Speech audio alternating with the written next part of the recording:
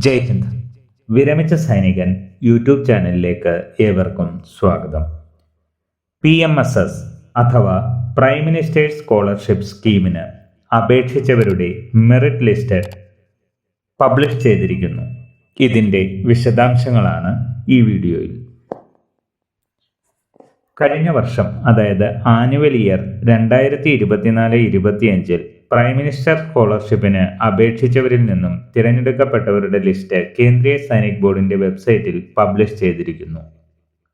ഒന്നുകിൽ കേന്ദ്രീയ സൈനിക് ബോർഡിന്റെ വെബ്സൈറ്റിൽ പബ്ലിഷ് ചെയ്തിരിക്കുന്ന മെറിറ്റ് ലിസ്റ്റ് നോക്കിയോ അല്ലെങ്കിൽ നമ്മുടെ KSB അക്കൗണ്ട് ലോഗിൻ ചെയ്തോ നമുക്ക് പരിശോധിക്കാവുന്നതാണ്.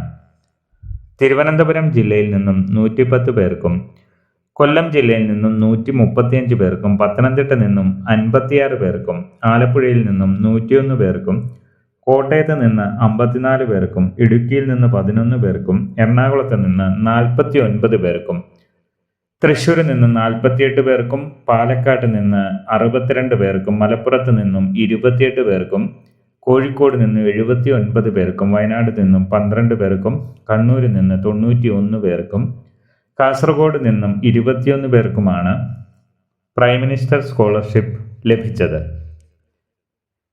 5500 പേർക്ക് ഇന്ത്യയിൽ സ്കോളർഷിപ്പ് ലഭിച്ചു. അതിൽ 857 പേർ കേരളത്തിൽ നിന്നാണ്.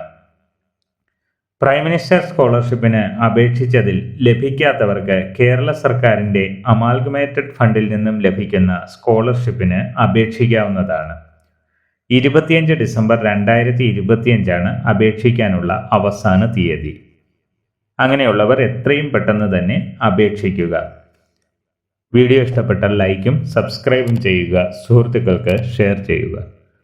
മറ്റൊരു വീഡിയോയിൽ വീണ്ടും കാണാം. ജയ് ഹിന്ദ്, വന്ദേ മാതരം.